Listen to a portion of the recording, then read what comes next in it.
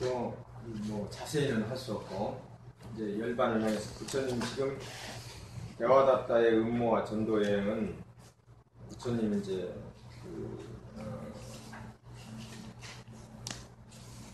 깨달음을 이루신 38년 해이니까 35살에 성도로 깨달음을 이루고 38년을 더하면은 73살 때 73살 때 사건입니다. 그 73살 때는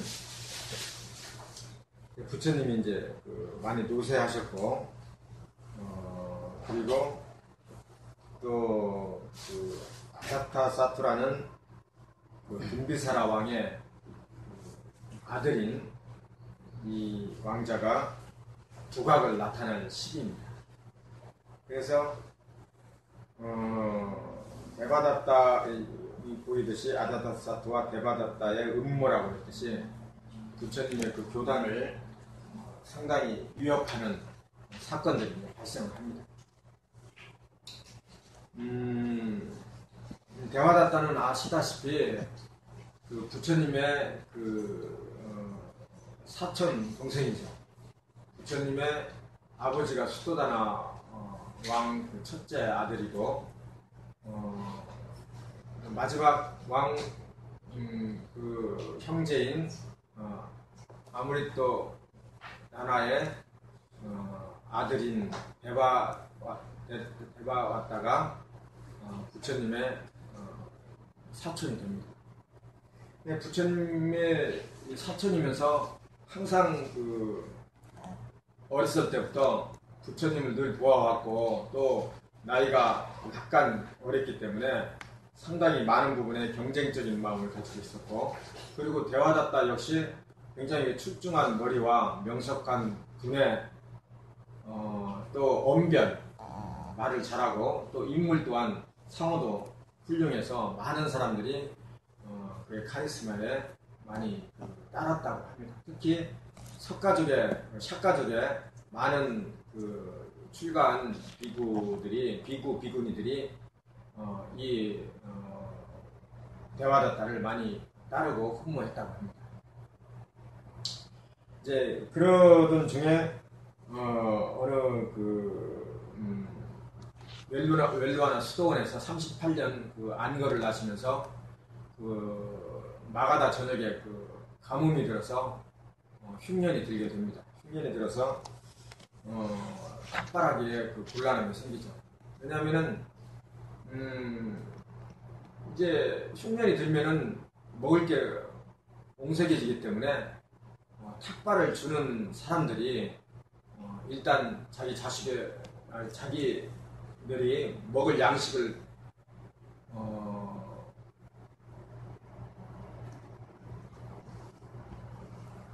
따로 두고 이렇게 시주를 하기 때문에 자기 것이 먹을 것조차 없는 상황에서는 탁발이 용이하지가 않습니다. 아무래도 탁발은 그 당시에 또 부처님 교단만 빅구만 수행자가 아니고 많은 수행자들이 외도의 수행자들이 있었기 때문에 그 많은 사람들이 사실은 공덕이 된다고 하지만 실질적으로 아침이 오면은 꺼려서 줄 게 없어서, 또는 주기 싫어서, 또는 자기 것도 먹을 게 부족하기 때문에 문을 닫고 주지 않는 사람들도 많이 있었다고 합니다.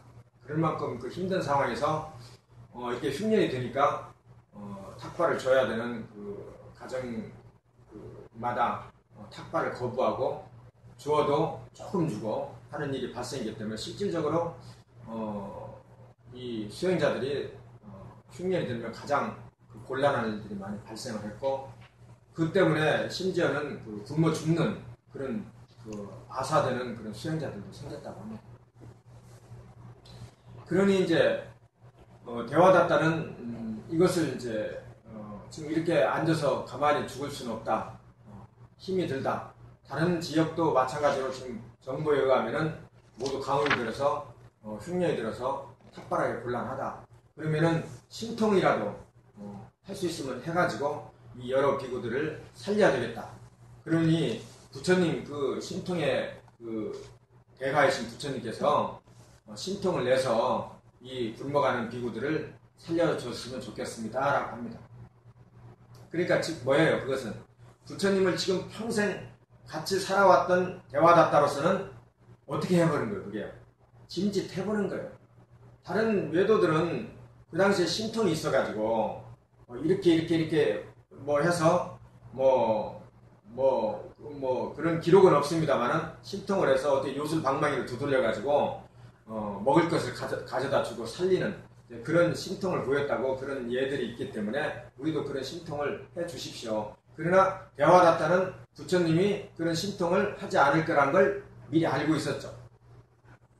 그때도 부처님은 항상 신통 대신에 건전한 마음 상태를 유발하는 무상고 무아를 철견해야 된다라고 가르칩니다. 답답하죠?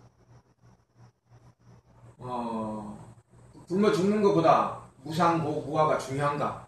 이렇게 대화다타는 이제 반론을 제기했고 거기에 따르는 많은 사람들은 이 세조는 우리들의 목숨 따위는 우습게 여긴다. 사실 먹어야지, 먹고 살아야지 그 다음에 공부도 필요한 거 아닌가 해서 불만을 가지고 세력이 귀합이 되기 시작합니다.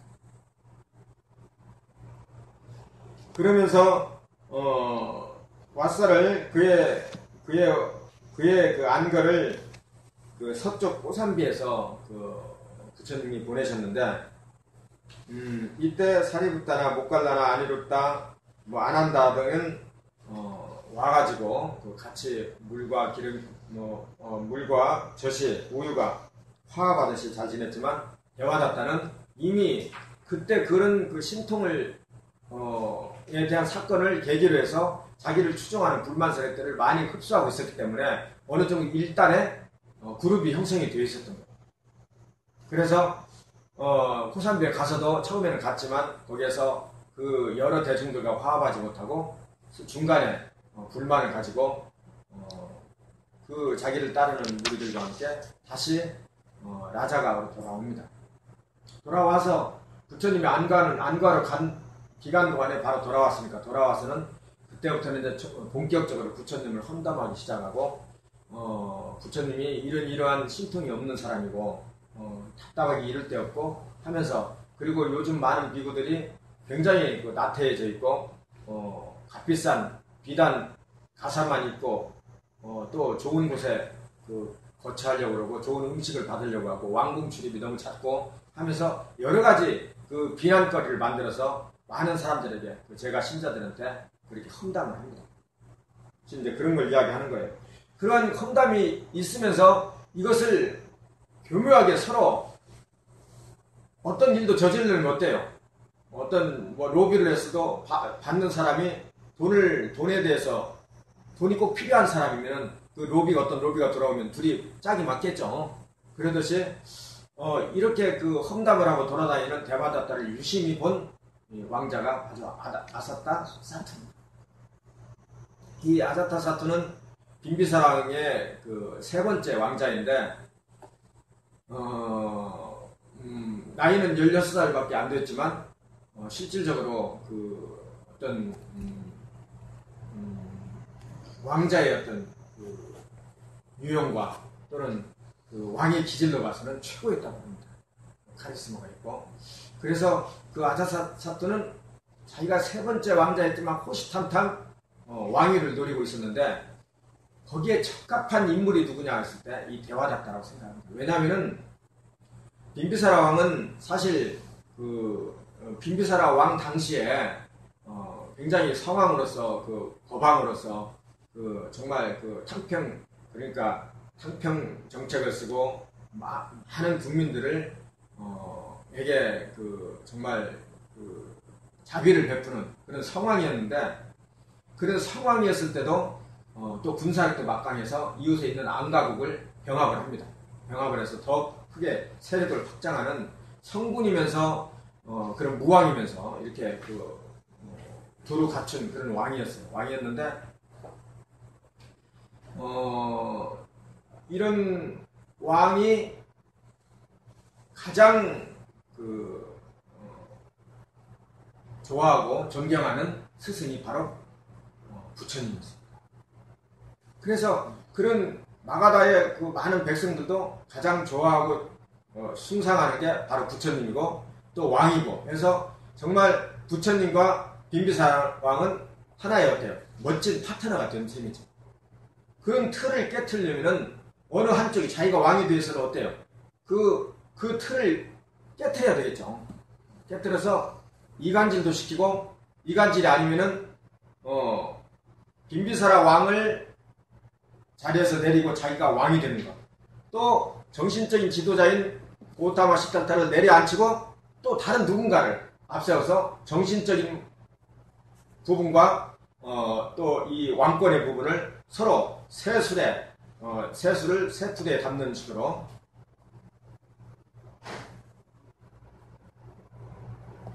왜요? 춥습니까?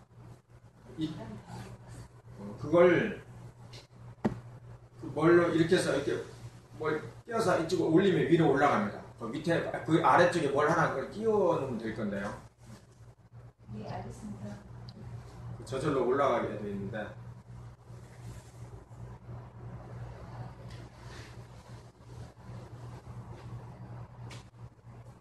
그래서 부처님을 험담을 하고 비난을 하는 이 대화다따를 이용하기로 마음을 먹죠. 이것은 경전마다 다 드립니다. 한역 경전에서는 어때요? 그것은 반대로 대화다따가 요술을 부려서 아자타사토를 유혹을 했다고 하죠. 거꾸로 되어 있습니다. 그러나 이것은 이제 한려의 그 기인한 이런 경전이고, 해서 그 대화다따를 처음에 유혹하기 위해서 많은 물질적인 그 음식과 또는 의복 또는 주거지를 마련해서 선심을 베풉니다. 그래서 대화다따도 그 유혹에 따라서 아자타사토의 아주 그 절친한 친구가 되면서 이런 것들이 서로 이제 맞게 되면서 대화다따를 유혹하기 시작하죠. 대화다따요. 이러한 상태에서 지금 계속 그 부처님의 법이 이 마가다국을 지배를 하면서 지금 개중에는 당신 말처럼 수많은 사람들이 부처님의 교단이 너무 흥청망청이다. 정말 다른 외도들의 수행자들처럼 고행 위주가 되지 않고 적당히 그냥 탁발하고 또 편하게 고행을 하지 않고 앉아서 명상만 하는 그런 체계로 흘러가고 있다. 이것은 아무래도 보기에 좋지 않다. 우리 마가다국의 그 옛날의 그 정신으로 보건대 이것은 잘못된 것이다. 이렇게 부처님에 가서 이야기를 해라. 이렇게 이야기합니다. 그래서 부처님이 돌아오시니까 어느 날 크게 고무되어서 붓다의 상가를 통솔하려는 그런 의욕을 가지고 야욕을 가지고 부처님을 찾아가죠. 찾아가서 부처님께 한 가지 제안을 합니다. 부처님 이제 나이가 연로하시고 힘들고 해서 여행하기가 쉽지 않습니다. 이제 한쪽에서 꽃에 계셔서 향실에 계시면서 명상에만 전념하시고 제가 바깥 일은 제가 알아서 하겠습니다. 그렇게 벌써 이제 그 일국의 그 가장 강력한 왕의 미래의 왕이 될 수 있는 그런 야욕을 가진 왕자의 적극적인 지원을 받으니까 어때요? 배 밖에 이제 간이 나온 거죠. 그래서 부처님 앞에 당당히 서서 그렇게 많은 사람들을 여러 자기를 추종하는 많은 세력들을 가져가서 부처님 설법하는 날에 가서 그렇게 이야기를 합니다. 그러니까 부처님이 그 이야기를 다 듣고는 이렇게 이야기하죠. 여기가 811쪽에 중간에 나옵니다. 대화다따 나는 이 수행상가를 다스린다고 생각해 본 적이 없다. 나는 진리를 인도하는 길잡이일 뿐 통치자가 아니다. 대화다따가 말했다. 스승이시여 지금까지 상가는 순조롭게 성장했지만 아직 해탈을 성취하지 못한 수많은 빅구들과 이제 갓 들어온 새내기 빅구니들도 있습니다. 그들에게 상가와 교육을 교육시킬 책임자가 필요합니다. 이때 부처님이 아주 매몰차게 이야기합니다. 그렇지 않다. 나는 아직 사리푸타나 모갈라나 같은 지혜와 행이 원만한 성자에게도 대중의 교양을 맡기지 않고 있다. 하물며 다른 이가 뱉어버린 가래침을 주워 삼키는 저속한 자들에게 어찌 상가를 베낄 수 있겠느냐. 다른 이가 뱉어버린 가래침 누굴 말하겠어? 아자사토를 말하죠. 그런 더러운 그 물질적인 선심 따위에 휘둘린 너한테 어떻게 이 상가를 맡기겠느냐 이 말입니다. 그러니 그 많은 사람들 앞에서 모욕을 당했죠. 부처님이 그렇게 심한 말을 하는 사람이 아닌데 그렇게 그 가래침을 그 비유를 들어서 이야기하니까 오멸감을 가졌죠. 그리고 거기서 나온 말도 뭐라고 나오면서 새로 어때요? 교단을 새로 만들기로 작정을 합니다. 이미 그 아자타사토가 지어진 기타부터 산 근처에 동굴 옆쪽에 그 지어진 그 절이 있었어요. 그러니까 너 싫으면은 집 떠나면 여기 떠나면 되니까 떠나면 교단도 있고 자기를 추종하는 사가족의 많은 그 비구들도 있어요. 사가족의 비구들이 거의 한 8, 90% 됐던 이유는 부처님을 오랫동안 보고 살아왔던 같은 동족이기 때문에 어릴 때부터 봤기 때문에 부처님에 대한 신비가 다른 사람들보다 더 없겠죠. 없었기 때문에 많이 그 귀합이 되었고 또 사실 그렇습니다. 이렇게 어떤 일을 하다 보면은 사용자 입자와 비사용자 입자의 간에 이야기가 틀리죠.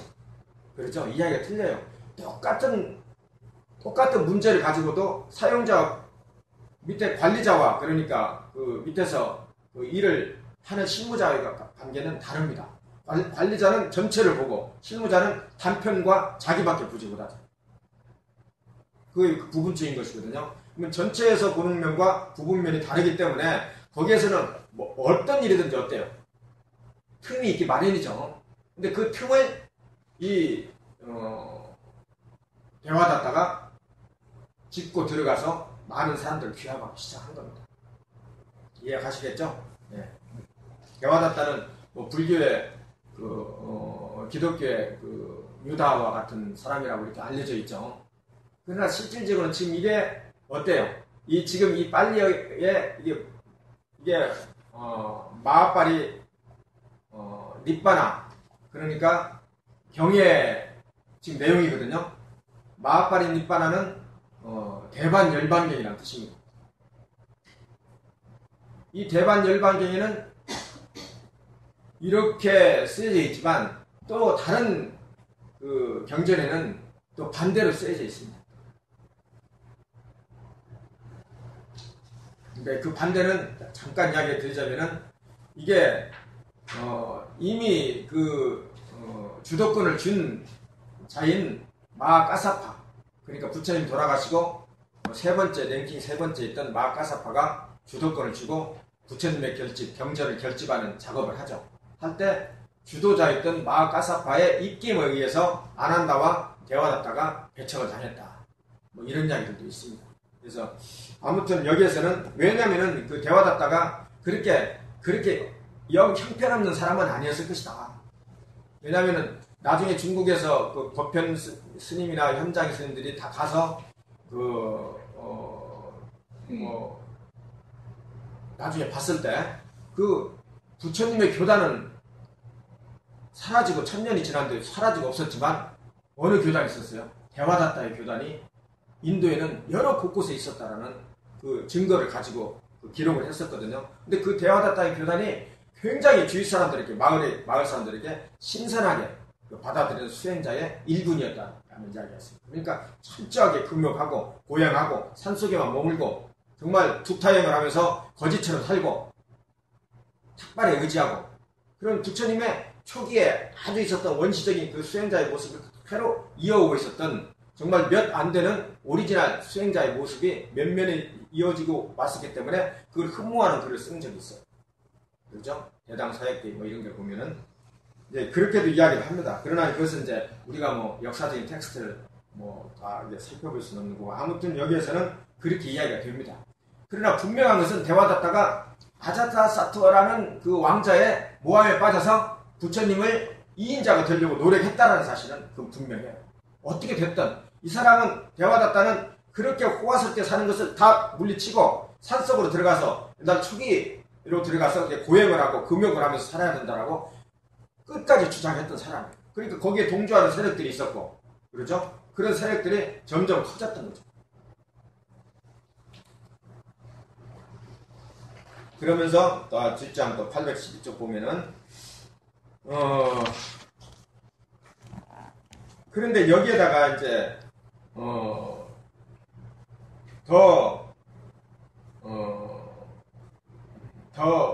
그 대화다따를 더 크게 세력을 확장시킬 수 있는 큰 사건이 벌어졌었는데 외살리라는 항구 도시가 강에 항구 도시가 있는데 그 항구 도시에 있는 많은 그 비구들이 개를 받기 위해서 부처님께 와가지고 개를 받았어요.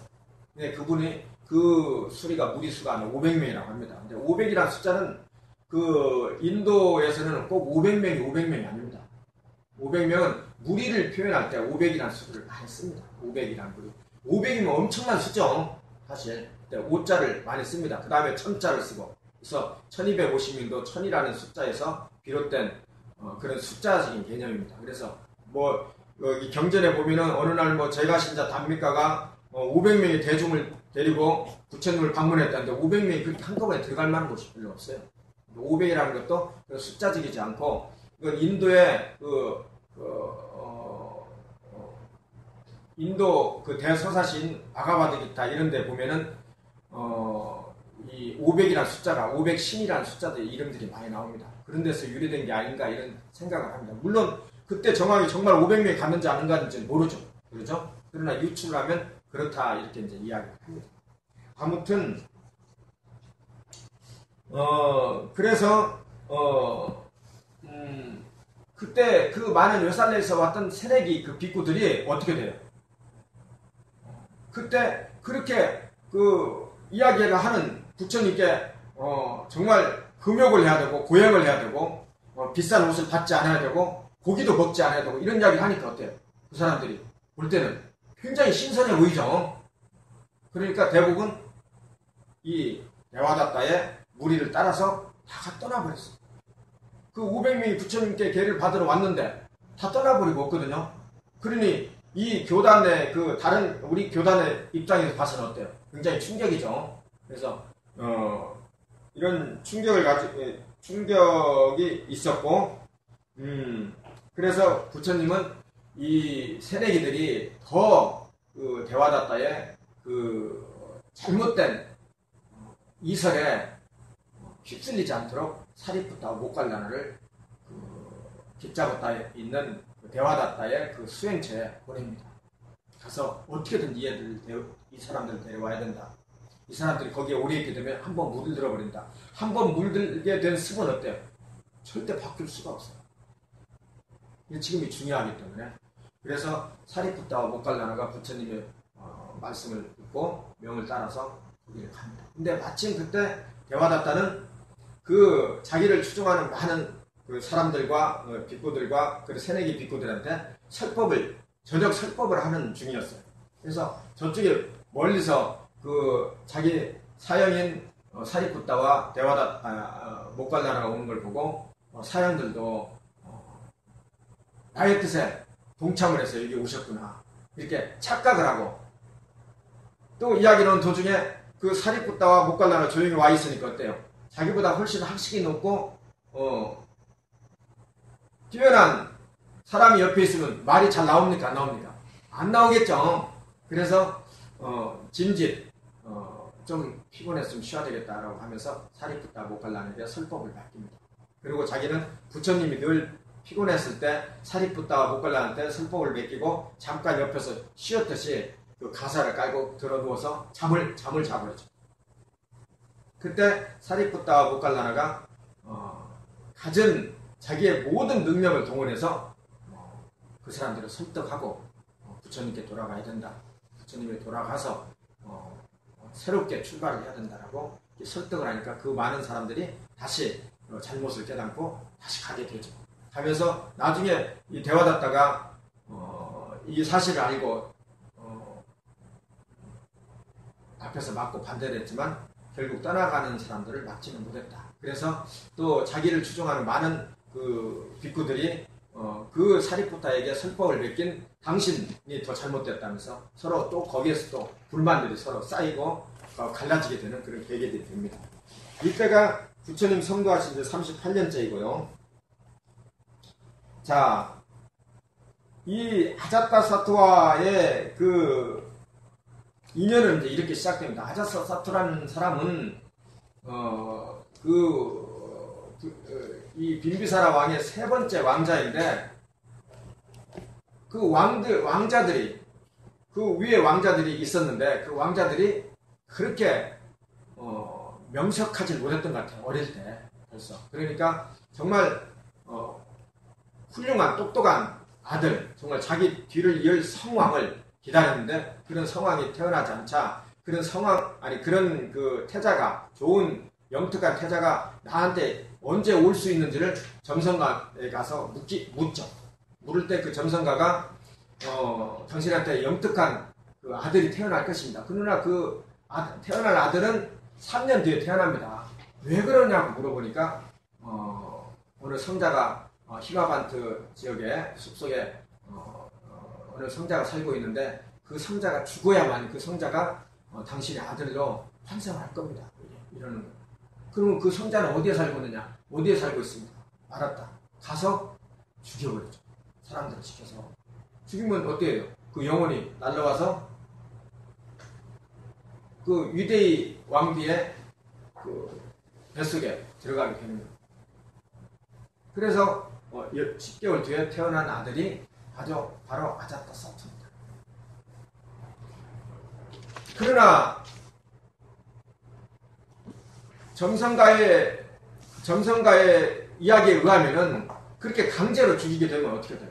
죽이게 되면은 분명히 그 아들이 서서 인과응보로 당신을 죽일 수 있습니다라고 했기 때문에 이 말을 계속 들은 이 빈비사라 왕이 후회를 하면서 자기를 죽이고 왕위를 창탈할 수 있는 왕자를 기르고 싶은 마음이 생기겠어, 안 생기겠어요? 안 생기겠죠. 그 당시에는 또 이 왕의 아들들이 아버지가 오래 살면은 일부러 죽이고 쫓아내고 하는 경우가 많았습니다. 창탈을 하는 경우. 옛날에는 왜냐하면 총칼이면 끝나는 거니까. 그렇죠? 정보라는 건 다 감쪽같이 다 비밀스럽게 할 수 있잖아요. 그러니까 병사했다고 하면 되는 거고 그냥 죽었다 자연사했다 하면 되는 거니까 조금만 자기가 동조하는 세력만 있으면은 왕을 죽이고 늙은 왕을 죽이고 새로이 자기가 왕이 되는 경우가 많이 있었기 때문에 그런 것을 염두에 둘 때 분명히 이것은 그럴 수 있다는 개연성이 있다 생각하고 이대로 둬서는 안 되겠다 싶어서 이 태어난 아들을 얼마 되지 않아서 큰 높은 누구에 가서 떨어뜨려 죽이기로 그 유대의 왕비하고 이야기를 해서 떨어뜨려 죽입니다. 죽이는데 떨어져 죽을 줄 알았던 아이가 울기만 하고 다친 데 없이 살아있으니까 이게 정말 하늘의 뜻이 아닌가 싶어서 그때부터는 더 안타깝게 생각하면서 아자타사토를 굉장히 총애를 합니다. 이렇게 커서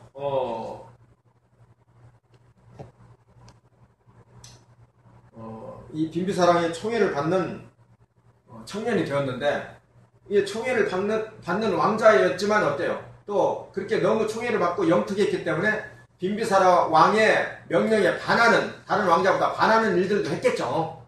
그게 이제 여기에 나오는 그 안가국에서 세금을 받아들인 사건이 계기가 되어서 빈비사라 왕의 미움을 받게 됩니다. 빈비사라 왕의 미움을 받으니까 어때요? 더 빨리 빈비사라 왕을 제거를 해야 되겠다 생각을 하죠.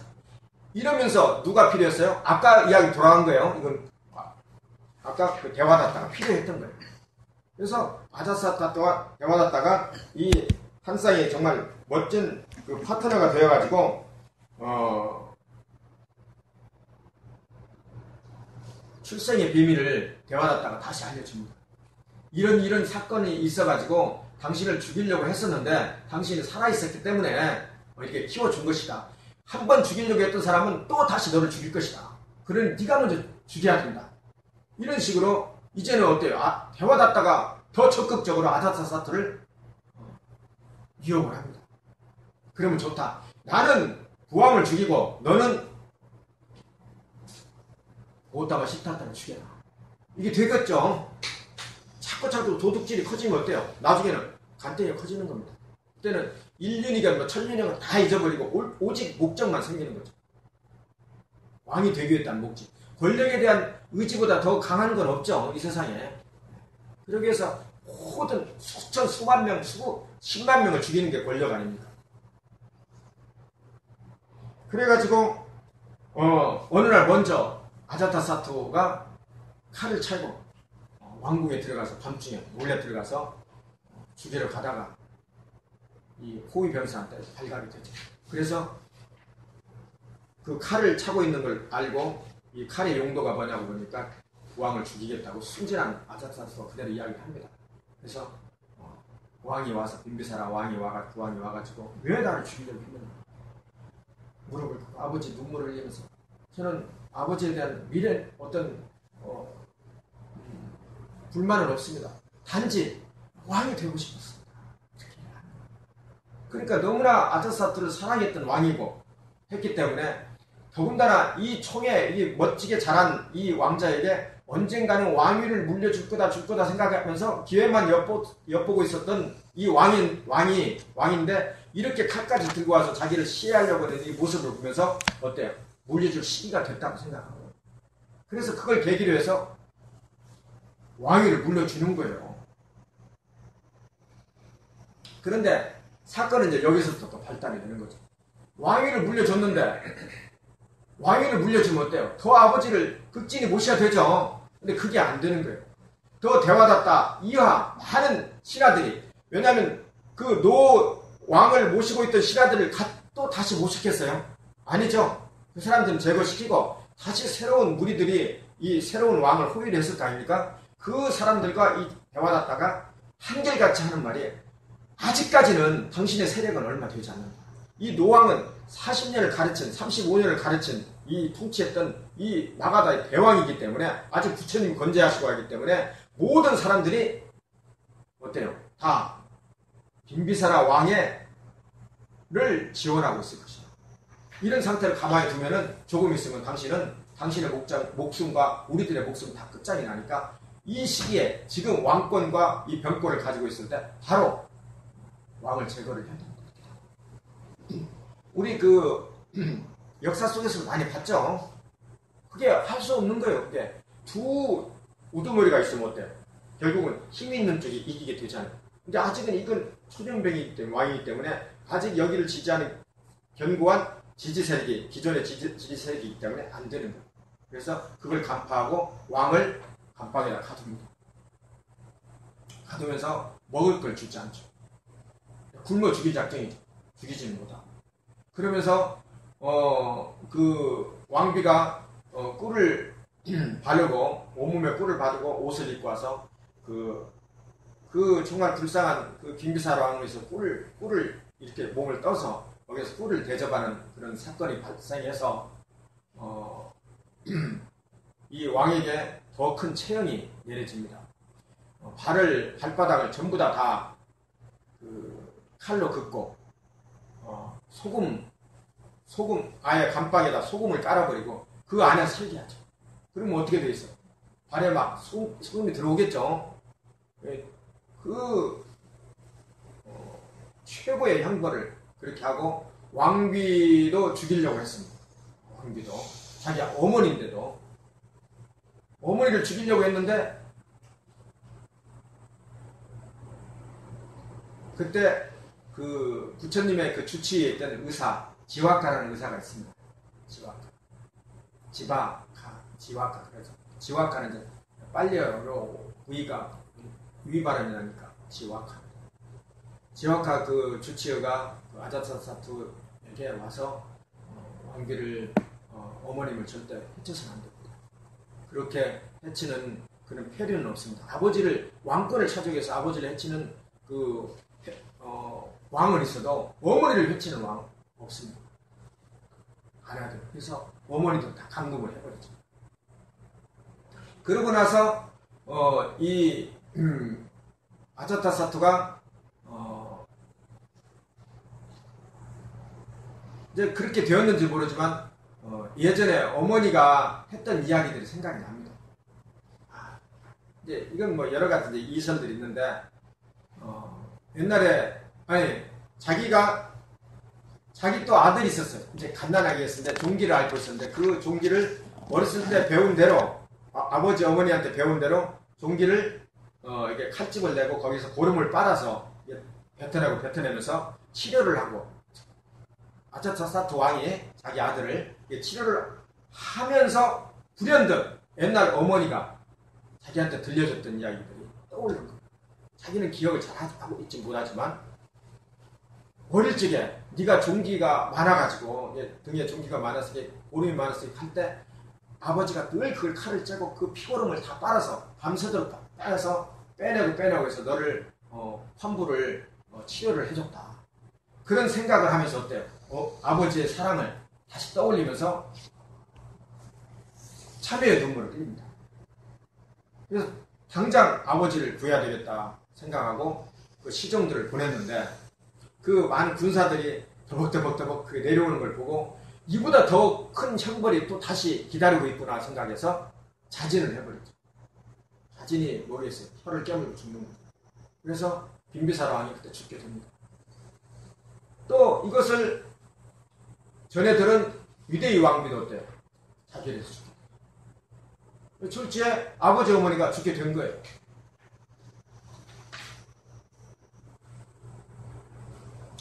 자, 818쪽 보십시오. 제일 아래쪽에 수행자가 남을 삼을 만한 화제에 보면 그 서문 제가 읽겠습니다.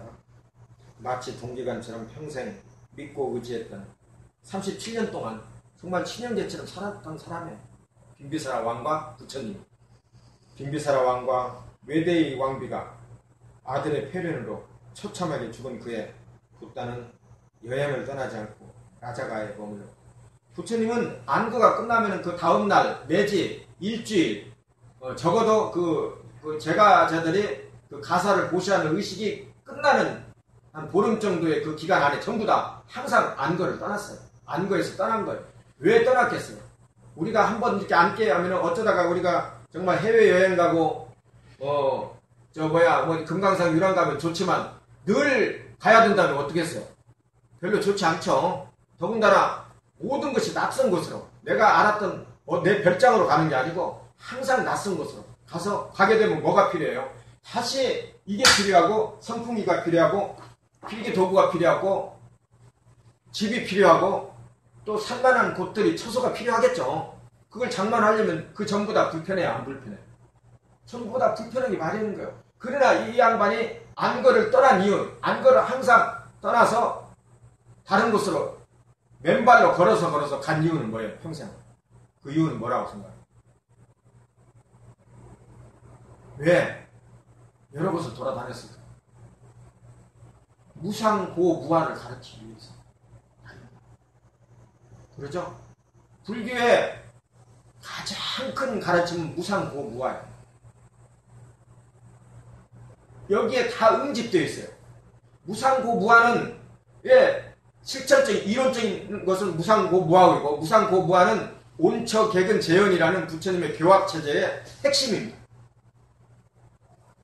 그리고 팔정도는 뭐예요? 팔정도는 부처님의 수행체제의 결정판이에요. 결정판. 이 두 가지거든요. 그러면 처음에 그 사람들한테 뭘 전하겠어요? 팔정도와 무상고무아를 전하기 위해서 떠나는 거예요. 오직. 그게 우리가 저번에 공부했던 부처님의 전도 선언이죠. 그래서 많은 사람의 행복과 이익을 위해서 떠나라. 두 사람이 가지 말고 어때요? 혼자 가라. 우리는 싸우는 교리가 아니기 때문에 둘이 갈 필요가 없다는 거예요. 그리고 그 사람들한테 많은 말을 전해라. 처음도 좋고 중간도 좋고 끝도 좋은 정말 그 가르침을 제대로 알아서 제대로 연구하고 연습하고 준비해서 그들에게 가르쳐가는 거예요. 아무나 가르치지 말고, 그러죠? 제대로 배우려고 눈동자가 움직이는 사람들에게만 가르쳐. 이렇게 가르친 게 전도선언이에요. 부처님은. 이걸 위해서 평생 이 양반이 돌아다닌 거예요. 그러죠? 그러나 그때는 너무 허탈하고 처참했기 때문에 그 애는 안거를 떠나지 않았어요. 그리고 다음에 정신을 차려서 안거를 떠나죠. 따뜻한 강물이 흐르는 라자가 근처에 따쿠타 강에서 여기는 이 강물이 이렇게 이 물이 흐르는데 한쪽에서는 따뜻한 물이 나오는 곳이 있었어요. 거기가 온천이에요, 온천. 따뜻한 물이. 그러니 거기에서는 어때요? 모욕을 하죠, 사람들이. 근데 이 모욕이 따뜻한 물은 그 계급 사회에서 어때요? 아무나 할 수 있어요, 없어요? 아무나 못해요. 지배 계급만이 하는 거예요. 그 당시에는 브라마이라는 성직 계급은 왕권에 어때요? 수족에 불과했어요. 그 당시에는. 사성 계급은 브라만, 뭐 까띠아, 뭐 이렇게 나오지만 웹사 이렇게 나오지만 실질적으로 주된 것은 크사트리아, 까티아 있어. 까티아 있고 그 브라만들은 재정 고문관 정도나 그렇지 않은 대사장 정도로 왕의 소속으로 이렇게 들어왔을 때죠. 이 당시에. 그래서 왕은 최고였어요, 최고. 스님네들이 거기서 모욕을 하고 있어도 수행자 모욕을 해서 왕이 가면 어때요? 무조건 다 비켜줬어요. 그런 시대의 그 전제국가의 최고의 대왕인데 어때요, 이 왕이? 그 많은 수행자들이나 비구들이 거기서 모욕을 하면은 그 끝나기를 홀래 기다렸어요. 그건 왜 그랬겠어요?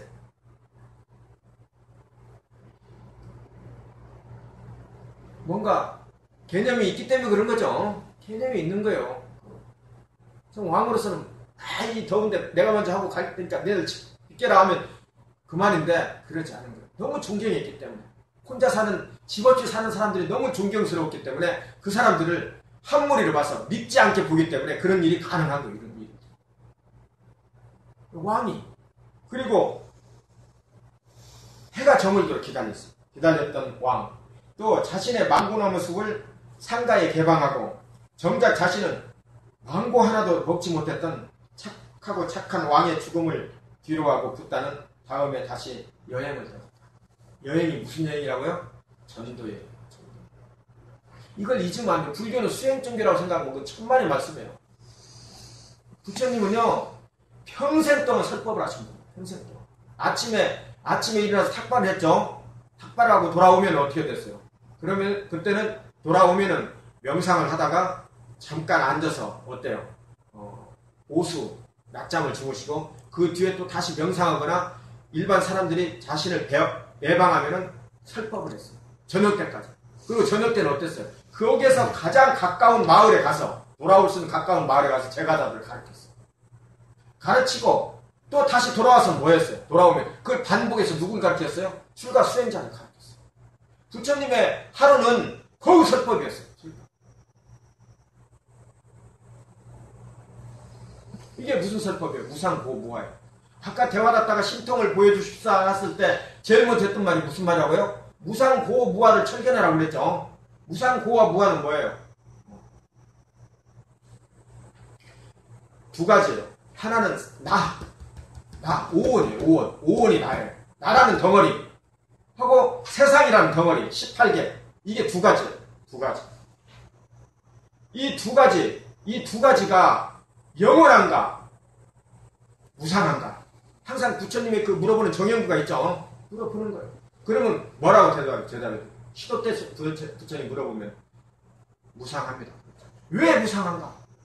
그것은 수시로 변하고 수시로 일어났다 사라지고 도저히 종잡을 수 없기 때문에 그런 성질을 가지고 있기 때문에 그것은 무상합니다. 그러면 그렇게 그 성질이 그렇게 가변적이고 늘 변하는 것이고 변덕스러운 것이고 파축tuk들을 하는 것이라면 그게 즐거운 것이냐 괴로운 것이냐 몸뚱어리가 됐건 세상이 됐건 괴로움이 많습니다. 그럼 왜? 다시 한번 설명해요. 그것은 전혀 내 마음대로 되어지지 않고 나를 계속 압박하기 때문입니다. 어떻게 압박하느냐? 내 마음대로 되어지지 않으니까. 그러죠? 불행하고 싶다고 되어지지 않고 행복하고 싶다고 되어지지 않고 그러죠? 여기에 있어달라고 해서 되어지지 않고 움켜쥐고 싶은데 떠나버리고 이런 게 나를 계속 압박을 하기 때문에 압박 자체가 뭐예요? 두카가 되는 거예요. 괴로움의 덩어리인 거예요. 그렇기 때문에 그러면은 그러한 것들, 그렇게 수시로 변하는 것들, 일어나고 사라지는 것들, 그런 성질이 있는 그런 일시적인 것들, 그거에 의해서 괴로움에 받고 압박을 당하는 것이라면은 그것이 나냐, 오온으로 봐서는 나냐. 그러나 나의 것 어때요? 세계로 봐서 나의 것이냐 이거예요. 눈으로 보이는 내 소유들이 그게 나의 것이라 진정한 내 것이라고 할 수 있냐? 할 수 없습니다. 다시 한번 말해봐요. 왜 할 수 없는 거냐? 그것은 내가 거기에 전혀 영향력을 행사할 수 없기 때문입니다. 그것은 저절로 내가 멈추라고 해서 멈추는 게 아니고 언젠가 시간이 되면 다 떠나버리고 또 나쁜 것도 다시 오지 말라고 눈을 감아도 내 앞에 오는 것이기 때문에 나는 거기에서 영향력을 전혀 행사할 수 없기 때문입니다. 병드는 모습도 늙어가는 모습도 그러죠? 내 주변이 변해가는 모습도 전부 다 그것과 같기 때문에 무아입니다. 아나따입니다. 이렇게 이야기합니다. 그렇죠? 이게 불교의 핵심이에요. 그건 뭐예요? 그 세 가지는 뭘 가르치기 위함이지? 이 나라는 것. 나라는 걸 조금이라도 지우기 위해서 하는 거예요. 나라는 걸 지워야지 어때요? 탐욕이 지워지는 거예요. 탐욕이 지워져야지 가래가 지워지고 가래가 지워져야지 집착, 우다나가 지워지는 거예요. 우다나가 지워질 때 어때요? 자기 교만이 조금이라도 가라앉는 거예요. 그렇죠? 이럴 때 교만이 가라앉을 때 뭐가 발생을 해요? 감사하는 마음과 희리, 부끄러운 마음이 발생하는 거예요. 그러면 뭐예요? 그때부터가 종교인입니다. 그때부터 보이던 눈들이 어때요? 나를 향하던 많은 문제들이 어때요? 너를 향하는 문제하고 연관이 돼요. 그게 바로 연기법. 그렇죠? 이렇게 확산이 되어 나가는 거예요, 지금.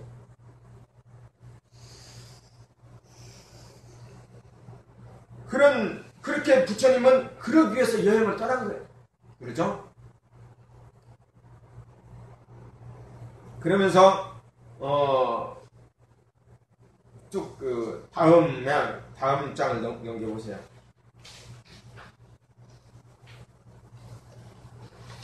자, 그 아자타사투라는 왕이 가시고 침공이 나오죠? 여기 밑에 321쪽입니다.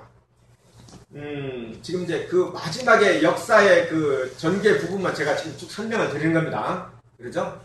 이 역사의 전개는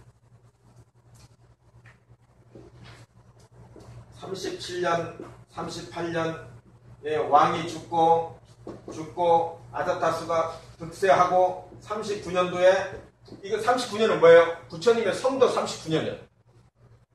그러니까 여기에는 항상 기록을 부처님 나이를 합산하는 뭐예요? 35을 합쳐야 돼요. 깨달음을 이루신 39년도. 너무 추워서요? 예. 열을 내야죠. 난 지금 열이 나는데 지금. 이때는 뭐예요? 이 인도라는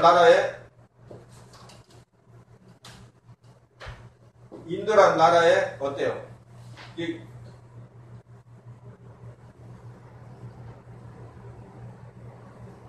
겐지스강 이렇게 흐르는데 지금 마가다국은 이 근처를 다스리는 왕이에요. 그렇죠?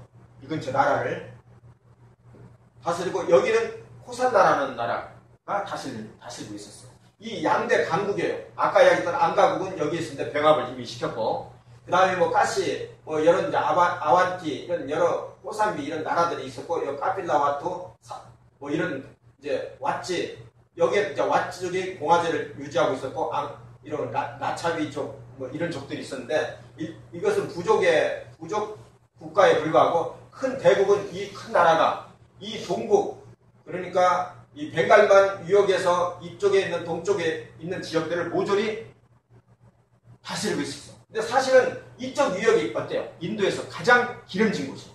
풍요로운 곳이에요. 이게 최고의 왕들이 있는데 그 동안에는 어땠어요? 여기에서 이 유대이라는 아까 빈비사라 왕의 부인은 유대이라는 사람은 어때요? 호살라의 파사나니 왕의 뭐예요? 동생이에요. 친동생이에요. 서로 정략 결혼을 여기는 또 이리 주고 해서 정략 결혼을 만들어서 뭐가 돼요? 같은 사돈이 되는 거죠. 되면은 싸울 수가 없잖아요. 그래서 평화가 유지되고 있었습니다. 그랬는데 이때 어때요? 빈비사라 왕이 돌아가시고 나니까 아자타사투 왕이 어때요? 가시국, 가시는 비단 산지에 이 강가강 유역에 가장 좋은 그 무역이 왕성했던 곳이 가시 유역에 이걸 점령하기 위해서 이게 꼬살라의 소속인데 이걸 점령하기 위해서 이걸 침공을 하죠. 그러니까 이 이제 왕이 돌아가시니까 어때요? 그 금이 깨진 거. 그게 39년, 40년이 이럴 때 부처님이 45년, 성도 45년 뒤에 돌아가시니까 불과 5년 전의 일이에요, 지금. 그렇죠? 그러면서 여기에서 이런 일들이 발생하다가 결국 어떻게 돼요? 나중에 2년 전에, 부처님이 돌아가시기 2년 전에 부처님이 칠불세법이라는 그 유명한 법문을 하시면서부터 대반열반경이라는 부처님의 마지막 일대기를 적은 다큐멘터리가 만들어집니다. 그걸 빨리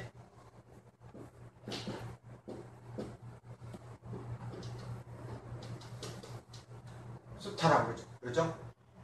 마는 크다는 말이죠. 빠리는 완전하다는 말이에요. 밑바라는 열반이죠. 큰 그것을 그래서 한문에서는 뭐예요? 대반 열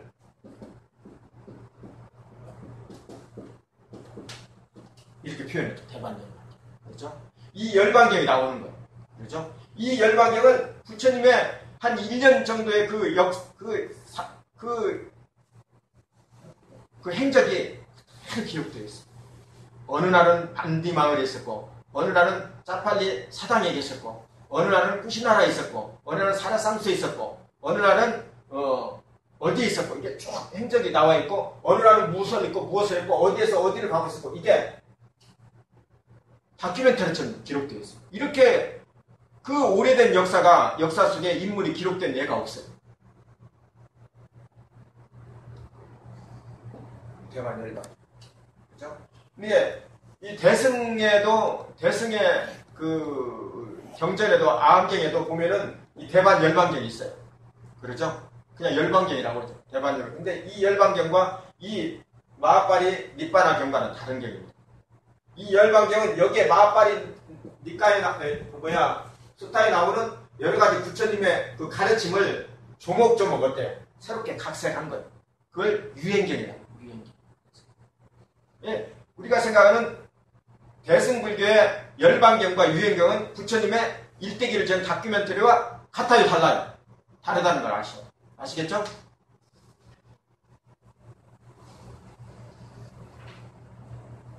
그래서 이 가시국을 침공을 해가지고 파사레는 왕을 이겨버립니다. 아자트 사트가 이겨가지고 파사레는 왕이 거의 다 전멸하다시피 겨우 살아서 돌아가죠. 그러나 이렇게 잔인하고 패른 아이고 그리고 아버지와 어머니를 죽인 이 패른 아이 때문에 그 당시에 이 강대국 사이에 틈새 밖에 있었던 여러 부족 국가들이 있었어요. 그러죠? 와치국이나 이런 부족 국가들이 병합을 해서 꼬살라와 다시 병합을 해서 다시 마가다를 공격합니다. 그래서 어때요? 마가다국이 쑥대밭이 되어버린 거예요. 아타타 사투도 잡혀버리고. 그때 꼬살라의 이 왕은 원래는 그 잔인 무도예요. 원래는 이 꼬살라 왕은 빈비사라 왕은 달라요. 그러니까 지금 왜 우리가 이런 이야기를 부처님이 부처님 옛날에 요즘도 마찬가지지만 왕은이라는 권위가 있죠. 권위가 있고 모든 걸 살 수 있잖아요. 부처님이 그런 분들과 결합이 되어 있었기 때문에 불교가 어때요? 인도에서 뿌리를 내리고 성장할 수 있었던 거예요. 그 두 나라의 그 대국의 그 왕이 그걸 했기 때문에. 그래서 이 관계는 끊어야 끊을 수가 없는 사이고 부처님과의 그래서 왕과의 관계가 굉장히 이게 역사적으로 지금 우리가 부처님 생애 중에서 아주 중요한 부분이기 때문에 우리가 살펴보고 있는 거예요. 자, 323쪽 보세요. 이게 지금 우리가 그 아사의 제가 수행자의 시계천 사상을 이야기하고 부처님의 연기법 이야기하고 하면서부터 지금 이제 안 했죠. 예. 거기까지가 부처님의 그 가르침의 완결입니다. 사실 이 뒤에는 이제 전도하는 모든 것이고 그래서 지금 마지막 부분을 이게 지금 나가는 것인데 사실 이제 제가 지금 마음이 바쁜 게 다음 주에 이걸 끝내야 되잖아요. 끝내야 되니까 지금 이게 건너 뛰니까 이게 지금 마음이 설법이 아니고 사실은 어떻게 돼요? 그냥 이걸 끝내기 위해서 지금 제가 그냥 대략적으로 지금 이야기하는 거라고 생각을 하시고 들으세요. 자, 324쪽 그걸 보면은 거기도 서문 해제 보면 거기 나오죠. 잔인한 아자타사투의 해륜으로 빈비사라 왕과 자신의 여동생인 꼬살라 외대의 왕비가 죽었다는 소식을 듣고 파사네데 왕의 분노는 이루 말할 수 없었다. 파사네데 왕은 인근 나라의 왕들과 연꽃 대영, 박비 대영, 마차 대영으로 연합군을 구성하고 마가다국을 다시 공격했다. 그래가지고 정말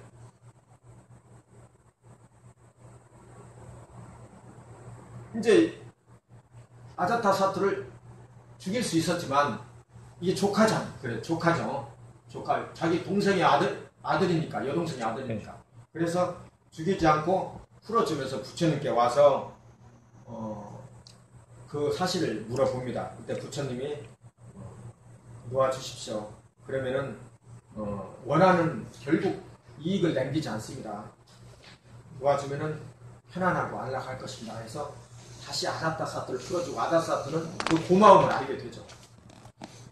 자, 그러면서 이제 그러는 와중에 그래서 이제 아자타사투가 그렇게 호전적이고 싸움을 하는 와중에도 데와다타와 아자타사투의 그 관계는 그대로 유지가 되는 거예요.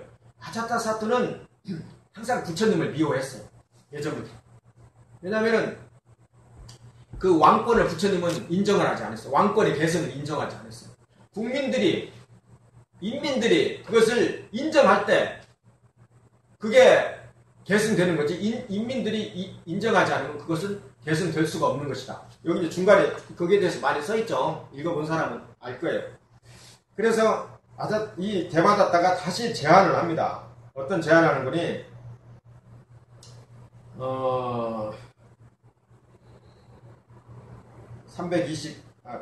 825쪽에 그 제일 둘째 단정도 보세요. 데와다타는 의기양양 자신을 따르는 꽃갈릭과 빅부들과 함께 북달을 찾아가 이렇게 요구했다. 스승이시여 세존께서 항상 고행자의 삶을 따르고 있습니다. 그러나 요즘 호사스럽게 사는 비구들이 많습니다. 감각적인 즐거움을 완전히 포기하는 수행자의 삶이 유선적인 경우가 너무 많습니다.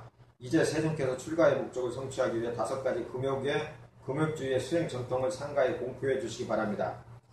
그것이 무엇이냐고 묻자 세존이시여 출가자는 첫째 어떤 형태의 사회생활도 피하고 평생 동안 숲속에 은둔하며 살아야 됩니다. 둘째 출가 수행자는 전적으로 탁발한 음식에만 의존하되 어떤 초청에 동의해서는 안 됩니다. 셋째 출가 수행자는 제가 수행자들이 제공한 수도국 대신 넉마로 만든 가사를 입어야 합니다. 넷째 출가 수행자는 안락한 주택에 기거하지 않고 나무 밑에 생활해야 됩니다. 다섯째 출가 수행자는 결코 고기나 물고기를 먹어서는 안 되며 완전한 채식으로 살아야 됩니다. 가정을 떠난 출가 수행자들의 삶은 이처럼 준엄해야 됩니다. 이러한 금옥 생활이야말로 수행의 목표에 부합할 뿐 아니라 많은 사람의 칭송을 받게 될 것입니다. 어찌 보면 굉장히 화려하죠? 맞는 말 같죠? 잘 생각해 보세요. 우리 한국에도 이러한 풍토로 살아가는 사람들이 많아요. 스님들. 생각해 보세요. 그러나 이게 아니라는 것을 부처님이 바로 이야기해요. 이게 굉장히 중요한 내용이에요. 우리 제가자들한테. 불교는 출가자와 제가자의 따로따로 교단이 아니에요. 사부대중은 젖과 물처럼 화합되는 교단이고 상가라고 한 거예요. 상가라는 뜻은 원래 상가는 상가는 화합한다는 젖과 물이 화합한다는 뜻에서 온 거예요.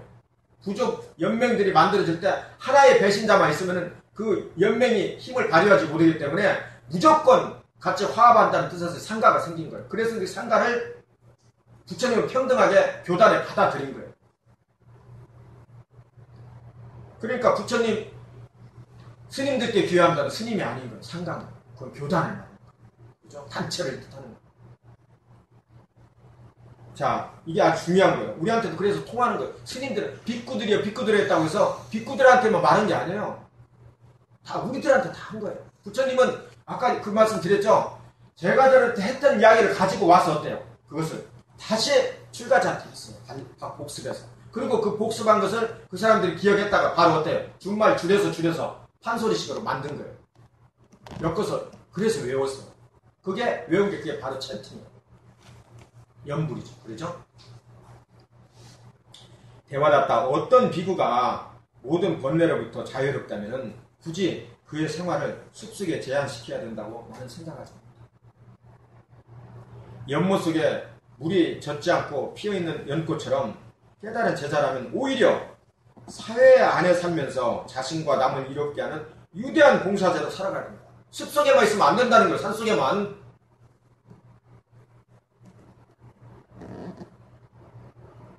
대화답다요. 숲속에 피었다가 홀로 지는 아름다운 꽃이 무슨 소용이 있는가? 나는 모든 속박으로부터 자유로운 제자들이 마치 숲속의 꽃처럼 그렇게 시들어가기를 난 바라잖아. 그들의 도움이 필요한 세상 사람들에서 적극적으로 우리들은 나머지 생을 위대한 봉사자로 헌신하며 살아야 돼. 대신 아직 집착해서 스스로 통제되지 못하고 깨닫지 못한 제자들이 숲속에 살면서 번거롭지 않게 번거로움을 떠나서 정진하기를 바란다면 그렇게 하면 된다. 그러죠? 숲속에서 수행을 해서 명상을 더 하고 싶은 사람은 한시적으로 하면 된다 이거예요. 그러나 평생을 숲속에서 살아서는 안 된다는 거예요. 왜? 불교는 지혜와 자비의 종교니까. 그렇죠? 수행의 종교가 아니에요. 수행의 궁극적인 목표는 뭐라고요? 자비를 위한 거예요. 자비를. 이게 없으면 불교는 허방이에요. 아무 필요가 없는 거예요. 수행은 뭐예요? 아라한이 되는 거죠. 자비는 뭐예요? 보살이 되는 거예요. 불교는 아라한의 종교가 아니고 보살의 종교예요. 이걸 아셔야 돼요.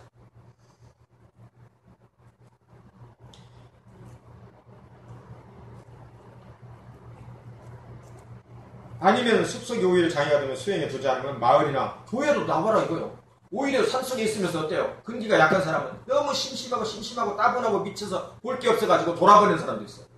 진짜. 공부가 덜 돼가지고 머리가 미쳐버리는 사람도 있어요. 그런 사람은 도시에 나와서 근기가 약한 사람들은 하근기들은 오히려 나와서 도시에서 마을 사람들과 어울리면서 조금씩 사유의 틀도 맞춰가고 명상도 하면서 수행도 하면서 연불도 하면서 살아가는 것이 훨씬 수행의 진전이 있다는 거예요. 그렇죠? 어떤 걸 딱 특별하게 여기다 저기다 이렇게 못을 박으면 안 된다. 왜냐하면 세상 사람들의 모든 근기는 다르니까. 그렇죠? 이제 저는 여기에서 지금 그래요. 한국적인 윗바사나가 앞으로 살아서 숨 쉬려면은 남방의 윗바사나의 그대로를 답습하면 안 된다고 생각해요. 시중 지도라는 말이 있죠. 달라져야 돼요. 출가지상주의의 그 아라한의 윗바사나식 방법은 그것은 멀리 퍼져나갈 수가 없어요. 그것은 대중에서 내가 차를 모는 가운데에서도 그렇죠? 다른 사람과 대화를 나누면서 나쁜 대화를 나누면서도 스스로 바라볼 수 있는 그러한 알아차림이 와서 보라는 뒷담마가 있어야지 그렇지 않으면 필요가 없는 거예요. 그렇죠? 저는 오늘 이제 우리 김영수 선생님 이따가 인사드리겠지만 한테도 제가 어제도 그런 말씀을 드려요. 여기에서 필요한 우리가 담마, 그렇죠? 수행을 위해서 지금 이 삼방도 그렇게 유지하고 있는 거예요. 나는 이미 여성 제자들에게 외증보다 살지 않도록 권한 바 있다. 그들이 그 신변의 위험에 처할 수도 있기 때문이다. 나머지 다른 사항에 대해서도 마찬가지다. 철저히 탁발에 의지하고 넉마로 만든 가사를 입고서 나무 밑에 살고 싶으면 그렇게 살아라 이거예요. 그렇게. 그러나 단 8개월 동안만 그렇게 나무에서 살고 나머지 4개월은 어디 살아야 돼요?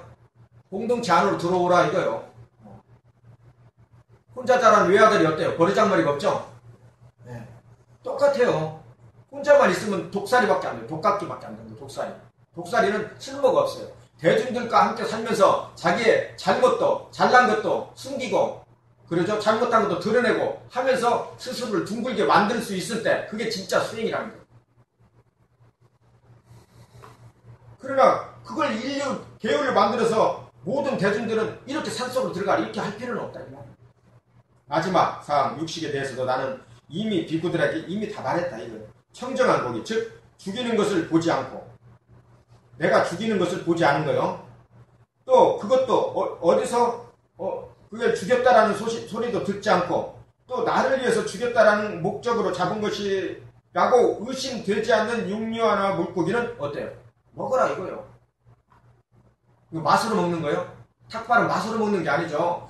부처님의 그 빨리어 그 오간기에 보면은 처음에 나오잖아요. 이 음식은 치장과 놀이를 위해서 먹는 것이 아니라 이거예요. 치장과 놀이를 위해서. 그렇죠? 건강해서 청정하게 육신을 간직해서 지나간 과거에 있는 불행한 사건들을 전부 다 제어하고 미래에 다가오는 어때요? 사건들을 훨씬 더 청정하게 하기 위해서 이 음식을 먹는 거예요. 그러한 목적이 탁발의 목적이거든요. 그렇죠? 그러니까 여기서 육류나 물고기를 먹고 안 먹고가 문제가 아니고 청정해지는 게 문제예요. 그리고 부처님은 이보다 이 탁발에서 왜 이 육류와 물고기를 먹게 했는 거니? 탁발하는 집에 가서 탁발자의 입장이 아니고 탁발해주는 사람의 입장에 들어간 거예요. 탁발해주는 사람이 만일 그때 채식이 별로 없고 고기 하나 반찬 가지고 먹는 그날 밥을 먹었으면은 그 사람이 주는 밥을 그대로 먹어야지 다시 다른 채식을 먹게 되면은 그 사람들을 번거롭게 합니다. 그렇죠?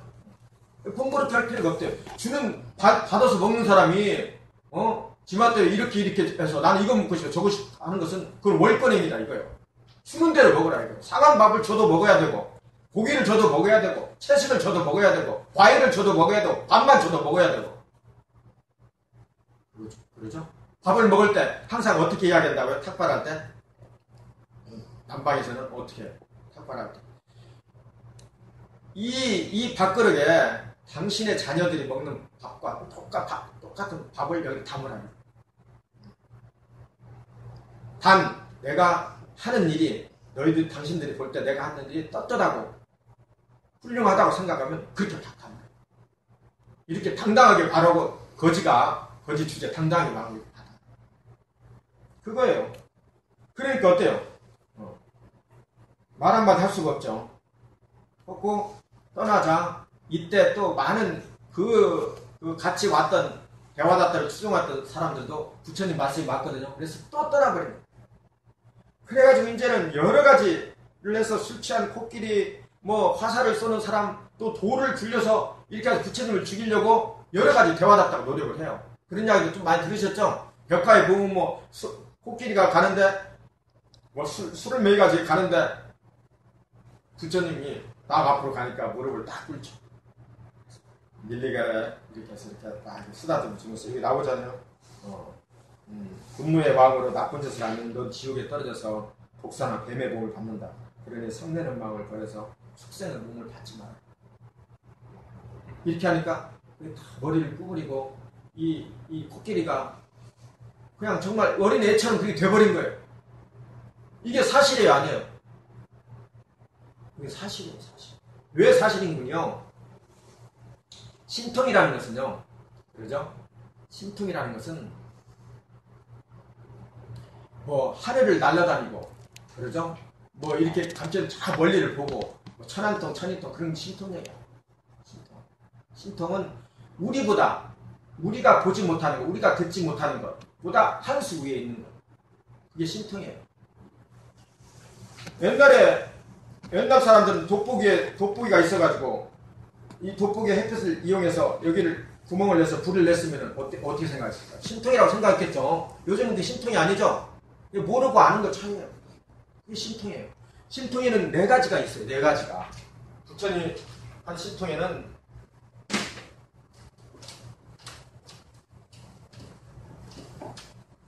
네 가지만 있으면은 4가지가 집중이 되면은 다 누구나 신통력을 얻을 수가 있어요. 신통력 얻고 싶은 사람은 이거 하면 돼요. 첫째는 이게 이것을 뭐라고 하는군요.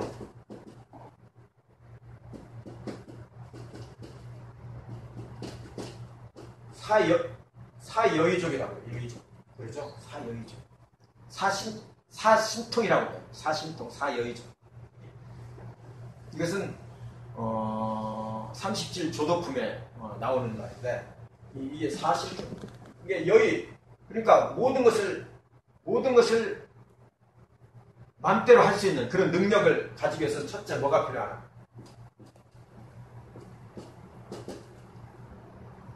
찬디가 필요해. 둘째는 찝다가 필요하고, 넷째는 네 가지. 자, 이건 찝다는 뭐예요? 이 마음을 집중하는 거예요. 집중. 그렇죠? 집중. 육바사나 사마타 다 마찬가지. 집중하고 관찰하는 거죠. 그렇죠? 이건 수행이에요. 수행. 그렇게 집중력과 관찰력이 증대되면 어때요? 사물을 보는 눈이 달라져요. 아시겠죠? 시계, 그러니까 이 듣는 시계도 넓어져 버려요. 그렇죠? 우리가 알 수 있는 시계는 뭐 15에서 뭐 어느 정도 그 K 사이클이 그 아니라고 그러죠. 그보다 더 낮은 소리, 높은 소리도 들을 수가 있어요. 넓어지는 거예요.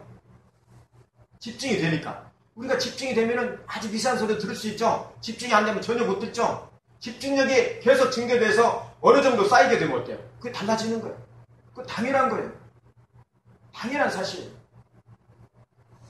미립자를 어때요? 그 미립자가 파동인데 파동을 계속 관찰자가 주시를 하면 어때요? 이게 물질로 변한다고 하죠. 자, 그래 집중의 힘이에요. 이 찬디는 뭔군요? 찬디는 열이에요.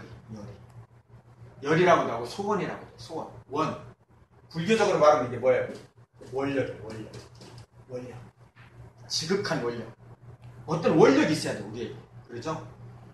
비전 정도가 아니고 아예 미션이 있어야 돼요. 부처님과 1대1로 대결할 수 있는, 약속할 수 있을 만한 미션. 원력이. 이게 열이에요. 이 열이만 있으면 어때요? 신통이 생기는 거예요. 그렇죠? 신통이 생기는 거예요. 바른 원력. 이게 찬디. 여기에다가 이 집중이 되고, 또 유리하는 거예요? 정진이죠? 노력하는 거예요. 이 노력에는 몇 가지가 있어요? 네 가지가 있죠? 그러죠? 선한 것, 착한 것, 선한 것, 선하다고 생각하는 자기의 기질, 성향은 어때요? 끝까지 밀고 나가는 것. 이미 있는 성향, 또 드러나지 않은 성향을 드러내는 것. 나쁜 기질, 자기의 나쁜 기질은 끝까지 뭐래요? 제거하려고 노력하는 것. 아직 생기지 않는 그 나쁜 기질을 어때요? 그것조차도 아직 나오지 말게 노력하는 것. 이 네 가지가 이 정진. 이것도 이 정진이 깊어지면 어때요? 신통이 됩니다. 그 다음에 판단은 뭐예요? 탐구예요. 탐구. 지혜 탐구. 탐구는 뭐예요? 부처님 가르침. 다른 이해가 없이는 이 세 가지가 어때요? 아무것도 안 되는 거예요. 다른 이해가 없으면 원력이 바르게 되겠어요? 안 되죠? 정진이 바르게 되겠어요? 집중이 바르게 되겠어요? 안 돼요. 그래서 팔정도에 제일 먼저 나오는 게 뭐예요? 바른 견해가 돼요. 바르게 알아야 되는 거예요. 잘못 알면 안 되는 거예요. 정법 불교를 알지 않고 중국 선종의 해능조사의 불교를 받은 사람은 그 불자가 아니에요. 해자죠, 해자. 그러죠? 잘못된 거예요. 지금 새로운 불교가 아니에요. 이건 원래의 불교로 가는 거예요. 지금. 원래의 불교. 너무 잘못되게 가고 있었어요. 지금. 그걸 다시 돌아오는 거예요. 지금.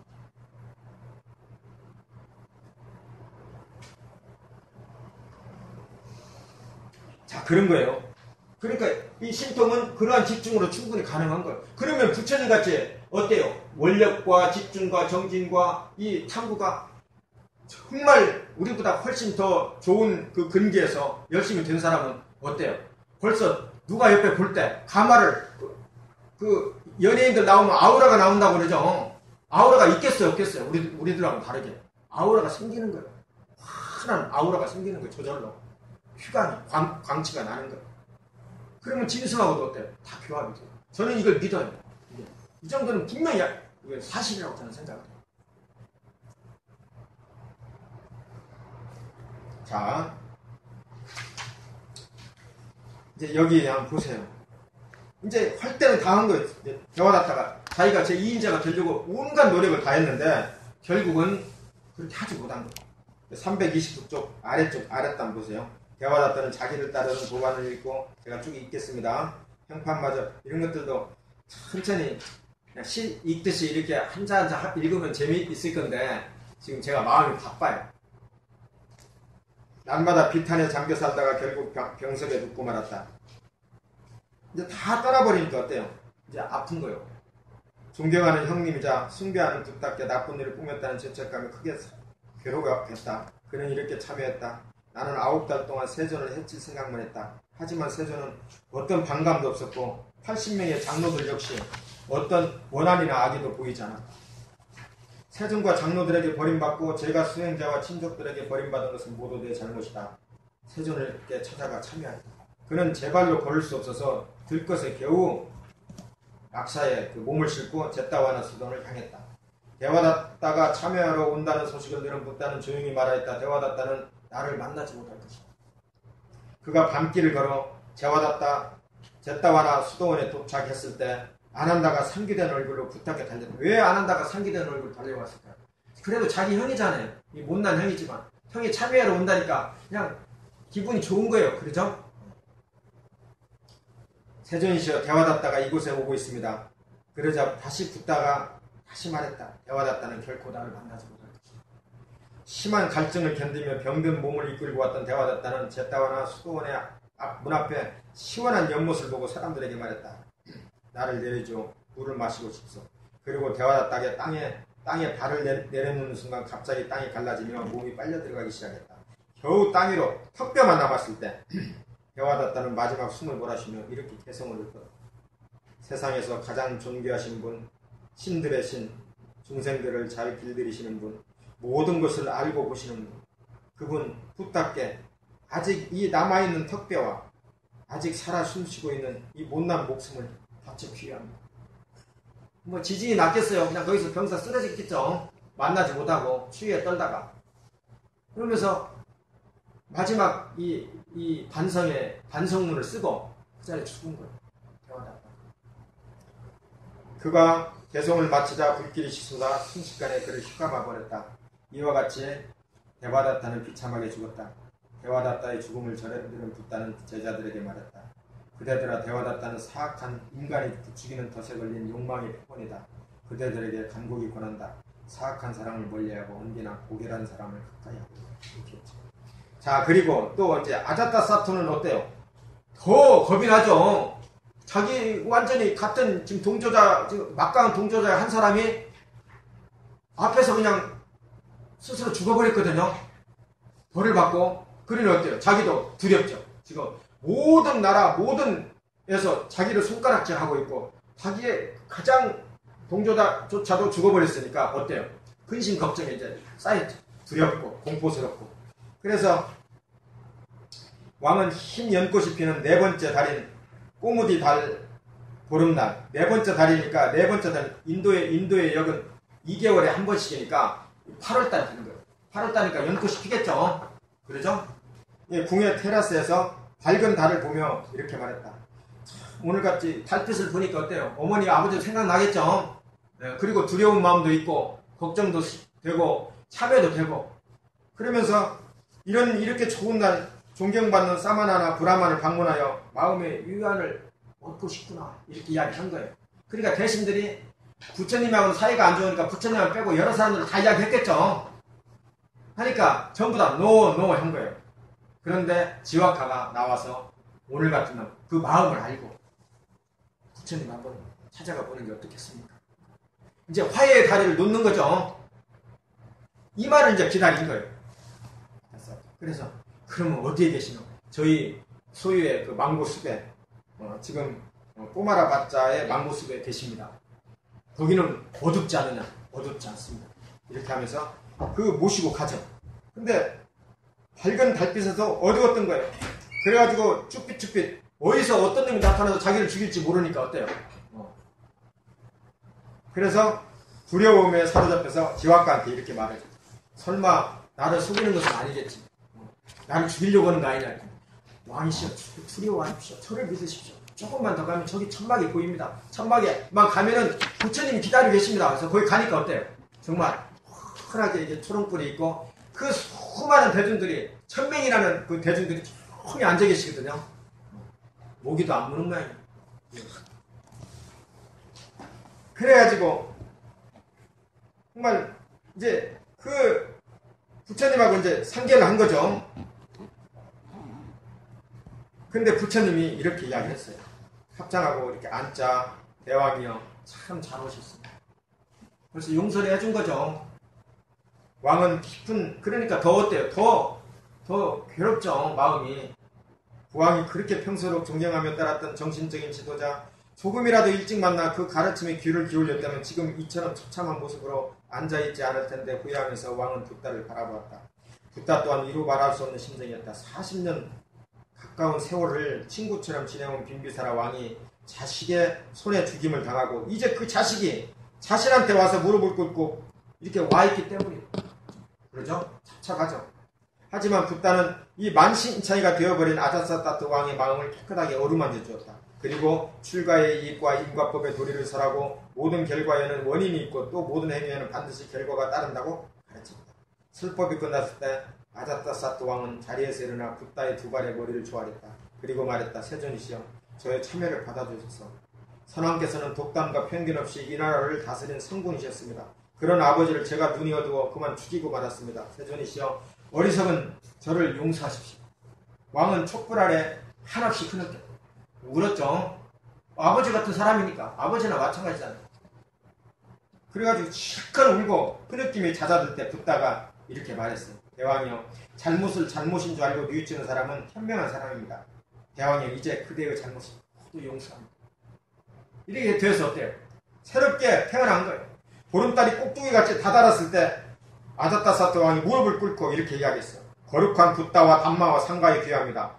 이제부터 평생 동안 부처님의 가르침 아래서 우파사카가 되겠습니다. 이를 허락해 주십시오.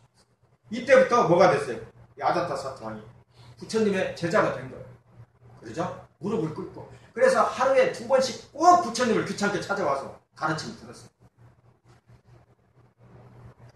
그리고 또 한 가지 한 게 빈비사라 왕이 그렇게 좋아하는 빈비사라 왕도 부처님의 제자들만을 있는 승가, 빅구 승가를 우대하진 않았어요. 똑같이 다른 수행자들과 그게 똑같이 했는데 이 아자타사트 왕은 어때요? 책령을 발표해가지고 붓다 상가에 그러니까 불교를 믿는 모든 제가자들 내게 세금을 걷지 말라. 이건 참 놀라운 일이죠. 세금을 걷지 마라. 불교인한테는 세금을 걷지 마라. 왜? 내 형제들이니까. 무슨 얘기 아시겠습니까? 이렇게 하면서 부처님께 빠져들기 시작했어요.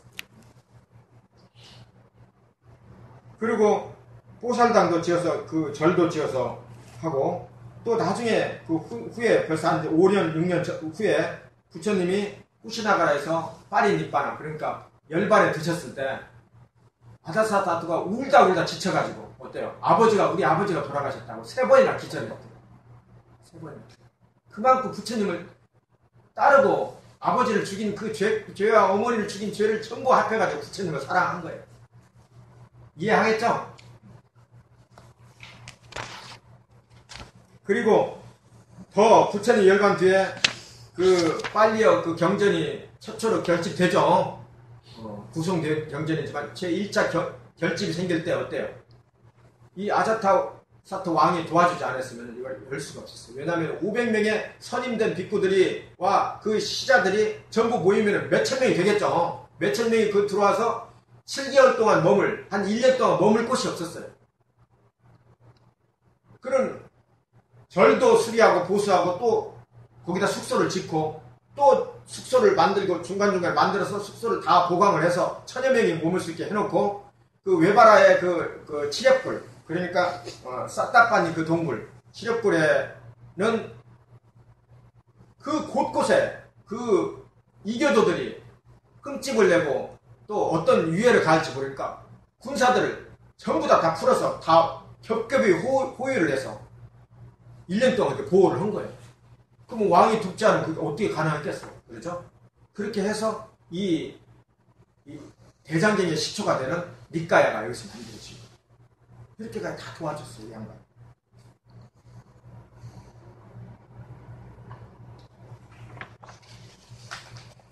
그러나 훗날 어때요?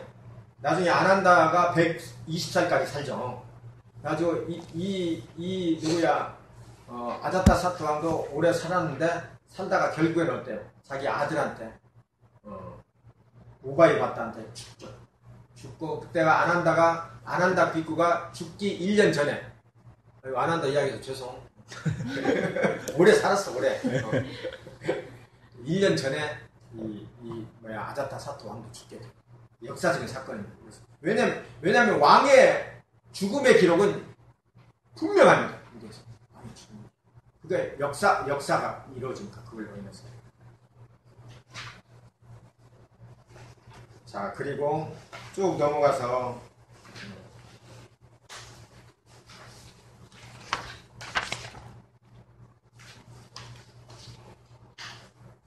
자, 843쪽 보세요. 이제 파사네드 왕도 이제 죽게 돼요. 그렇죠? 전쟁을 좋아하고 해제에 이르게요. 사람을 쉽게 죽이는 포악한 왕이었던 파사네드 왕은 노년에 이르러 정치의 환멸을 느끼고 있었다. 끊임없이 끼리 말, 마차, 보병을 동원하여 전쟁을 일으키고 패권을 차지하기 위해 방문하는 주변 왕들을 보면서 자신이 옛날에 했던 거예요. 그렇죠? 젊었을 때. 그런 칼잡이를 포기하고자 했다. 더욱이 가장 사랑하는 왕비 말리카마저 죽자 왕은 더욱 깊은 우울에 빠졌다. 왕비 말리카도 죽어요. 말리카는 자스민을 말리카라고 해요. 화원 공의 딸이 돼서 말리카라고 하는 거예요. 이 말리카 왕, 파사네니 왕의 부인은 말리카고 빈비사라 왕의 부인은 누구요? 외대이고. 그렇죠? 이건 기억을 꼭 해야 돼요. 부처님의 성전을 공부하려면. 그래, 이 파사네니 왕도 그 위두다라는 그 왕자와 함께 공무차 이렇게 어느 마을을 가요. 마을 가는데 그 명상하기 좋은 나무를 보니까 누가 생각나요? 명상하기 좋은 나무를 보니까 부처님이 그리는 거예요. 부처님은 항상 나무 밑에는 부처님이 계셨습니다. 그렇죠? 그래서 물어봐요. 시범들한테 부처님 지금 어디 계신지 알아봐라. 부처님은 여기서 그리 멀지 않은 사가족의 마을 메달룸바에 계십니다. 메달룸바는 어디에 있느냐? 얼마 되지 않습니다. 나 거기 가야 돼요. 근데 거기는 위험합니다. 왜냐하면 자기네들 속국이지만 다른 나라잖아요. 엄연히. 그러면은 더 많은 호위병들을 데리고 가야 됩니다. 그러니까 그냥 가자. 그래서 그리 가요. 얼마나 보고 싶었으면 갔겠어요. 그렇죠? 부처님은 이 파사네는 벌써 거기에서 죽음을 어떻게 예견했을지도 몰라요. 그 전에 늙음과 842쪽 보세요. 늙음과 죽음이 다가올 때 있죠?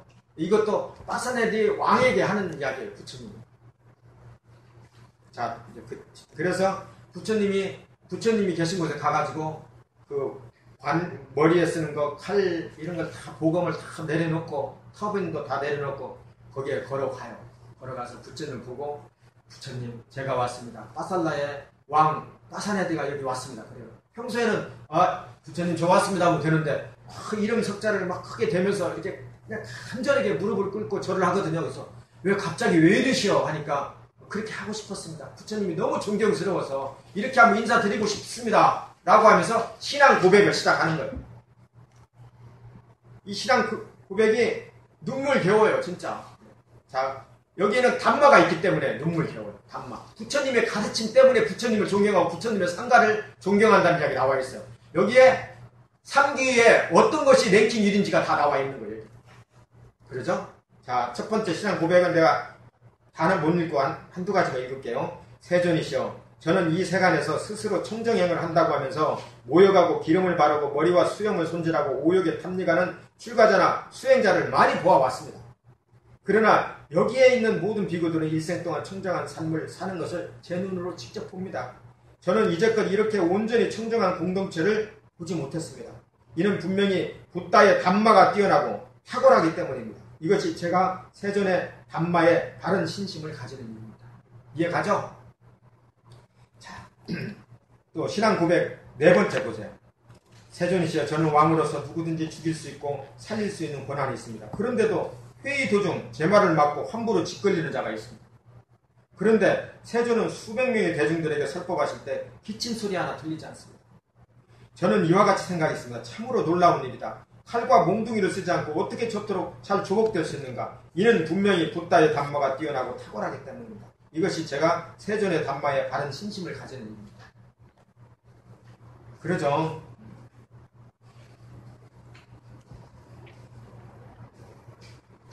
자, 신앙 고백 5번도 보세요. 또 세존이시여 아시다따와 뿌라나라고 하는 두 명의 검열관이 있습니다. 그들은 저의 녹을 먹는 장군들입니다. 언젠가 함께 동행한 적이 있었는데 밤이 깊도록 법화를 나누다가 잠을 잘 때 그 사람들이 세존 쪽으로 머리를 향하고 다리는 저를 향해 있는 것을 보았습니다. 그들이 저로부터 생계를 얻고 명예를 얻고 있음에도 얼마나 세존의 담마가 가르침이 수승했으면 그럴까 탐구했습니다. 이는 분명히 붓다의 담마가 뛰어나고 탁월하기 때문입니다. 이것이 제가 세존의 담마에 바른 신심을 가진 일입니다. 참 멋있죠? 여기서 이 3기의 그 담마, 부처님의 바른 정법에 대한 이런 열의, 이런 것들을 우리가 배워야 됩니다. 그렇죠? 처음에는 이 빠사넬 왕이 처음에 어떻게 했다고요? 우리 배웠죠? 처음에 말리카 왕비하고 갔을 때, 이제 새파랗게 젊은 사람이 부처라고 하니까 발을 쫙 뻗고 이렇게 앉아가지고, 네가 무슨 부처냐, 이 젊은 사람이. 다 그 나이가 100살이 넘고 수염 난 사람도 부처라고 하는데 왜 부처냐? 젊은 사람이 부처오기는 웃기지 않느냐? 알겠을 때 세 가지 이야기를 하죠. 세 가지 깔봐서는 안 되는 게 있습니다. 독사를 어리다고 깔보면 안 되고, 그렇죠? 비구를 수행자를 어리다고 깔보면 안 됩니다. 딱 이야기 했잖아요. 그렇죠?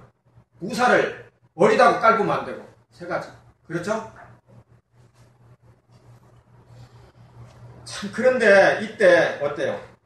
그 신앙을 고백하고 있을 때 그 장군들과 위도다와 그 아들, 여기도 아들이 공모해가지고 어때요? 다 모든 호위병들을 다 데리고 터빈 왕권과 다 그걸 가지고 가면서 시정들을 몇 명만 내려놓고 말 두 마리, 두서너 마리 내려놓고 다 떠나버리죠. 떠나면서 우리가 이 나라를 접수했으니까 이제 왕은 여기에 우리 참 잔인하죠. 근데 자기 자식인데 그 늙은 왕에게 이제 접수했으니 오지 마시고 그런 거. 그러니까 이 말을 듣고 어때요? 이제 부처님하고는 이미 빠이빠이하고 이제 돌아서서 이 진을 친 곳에 가보니까 아무도 없으니까 부처님을 가서 그 험담한 모습을 보이지도 않고 그리고 바로 어디를 가요? 아자타사트 왕한테 갑니다. 그 노인이 돼가지고 이 지친 몸에 시종들을 데리고 겨우겨우 말을 달려가지고 천천히 달려서 그 마가다국까지 내려가는 거기서 사가족에서 마가다국까지 오면 엄청나게 먼 내려요. 한 3, 4일이 걸리는 거리에 말을 달려요.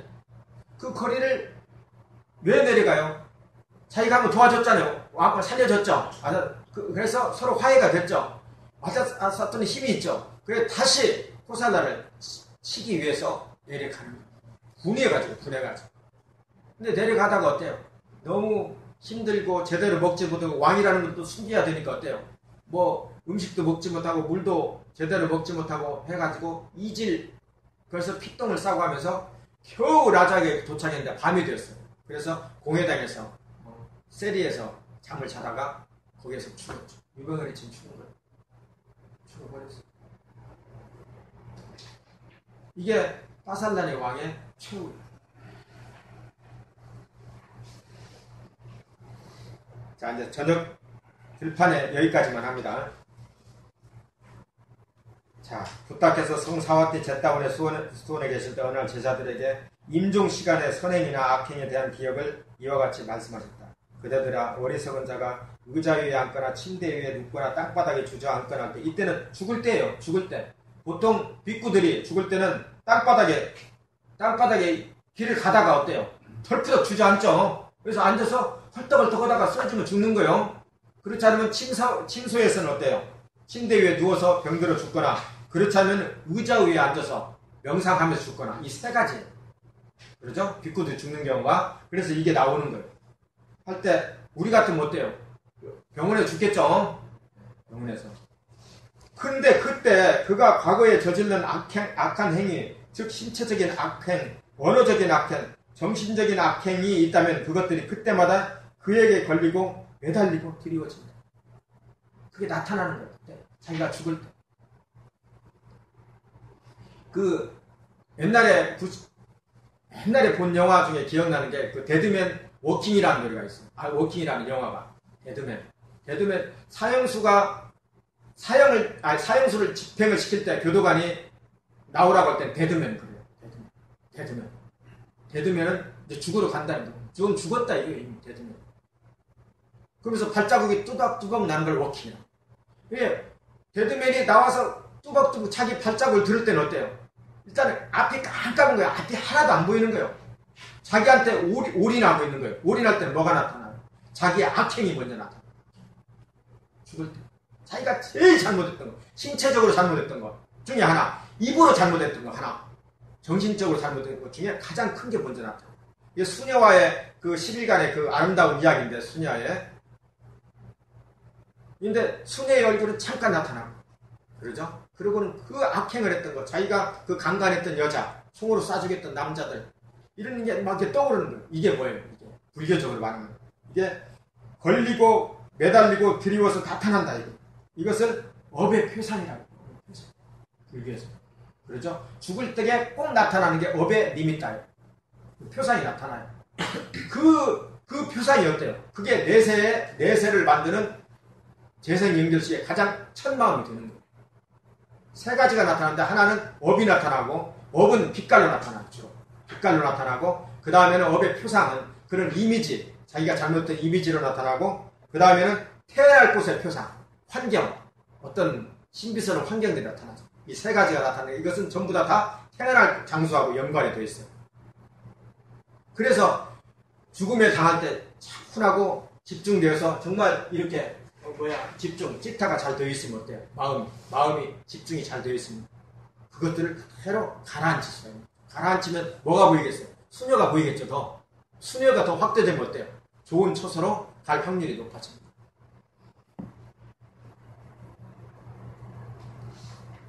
여기 이렇게 하는 게, 그러니까 엄습하는 죄의식은 그냥 끝까지 지금 자신을 괴롭히고 있는 거예요. 이거에 의해서도 업경대라는 이야기가 나오는 거예요. 그렇죠? 저번에 동굴을 통과하는 모니터 이야기 했죠? 사람이 죽어서 또 부유했을 때 모든 동서양에 많은 죽었다 살아온 사람들이 업경대를 통과한다고 그랬죠? 이를테면 이 커다란 산봉우리의 그림자가 저녁 무렵에 지상에 걸리고 매달리고 드리워지는 것과 같다. 이 말은 뭐예요? 커다란 산봉우리의 그림자가 이게 지상에 걸리고 매달리고 드리워지는 것은 그 산봉우리가 그림자가 탁 저녁 무렵에 이게 내려올 때 어때요? 그런 불안감, 두려움, 공포를 이렇게 표현하는 거예요. 그렇죠? 쭉 이렇게 나와요. 그래서 어리석은 자는 이와 같이 생각한다. 참으로 나는 잘못했구나. 참으로 나는 건전한 일을 하지 않았다. 두려움에서 나를 보호하지 않았다. 참으로 나는 악한 일을 저질렀다. 참으로 나는 불건전한 일을 했다. 두려움을 불러일으켰다. 그래서 나는 악을 짓고 포악하고 죄가를 지은 자들의 운명, 그 운명으로 수명이 닿으면 반드시 떨어질 것이다. 그는 이렇게 슬퍼하고 우울해하며 울부짖고 가슴을 치고 두려워하다가 죽는다. 어리석은 자는 죽음에 이르러 지금 이와 같은 이러한 고통과 불쾌를 느낀다. 이게 산 그림자를 비유해서 제자들에게 마지막 임종의 기억을 가르쳤다. 이제 임종에 대해서, 죽음에 대해서 이야기를 하는 거예요. 죽음이라는 그것은 역사적인 사실이에요. 죽음처럼 확실한 것은 없죠. 그러죠? 이 세상에 죽음처럼 확실한 건 없어요. 그래서 부처님은 말하나 이 죽음 사티를 항상 하라고 그랬어요. 죽음 사티. 죽음 사티는 어떻게 하느냐? 너는 언제 죽음이 온다고 생각하느냐? 어떻게 생각하고 수행을 하느냐 이거예요. 죽음이 온다고 생각하면 더 간절해질 거 아니냐 이거예요. 90살, 95살 때 칠가 보려고 죽을 거다 생각하면 수행이 돼야 안 돼. 안 되는 거예요, 전혀. 저는 일주일 뒤에 죽음이 온다고 생각하면서 그렇게 말하지 마라. 그건 잘못된 것이다. 저는 엿새입니다. 저는 닷새입니다. 저는 나흘입니다. 3일입니다. 저는 2번, 저는 하루입니다. 아니다. 이게 한두 번 나타나가지고. 저는 사와띠에 가서 탁발을 하고 해서 탁발을 받고 와서 밥을 먹고 나면 죽는다 생각하고 수행을 합니다. 자기 말이, 이제 뭐가 멋지게 되었죠. 부처님이 박수를 칠 줄 알았는데. 그것도 똑같아. 그럼 뭐냐? 이 왁갈리 비구는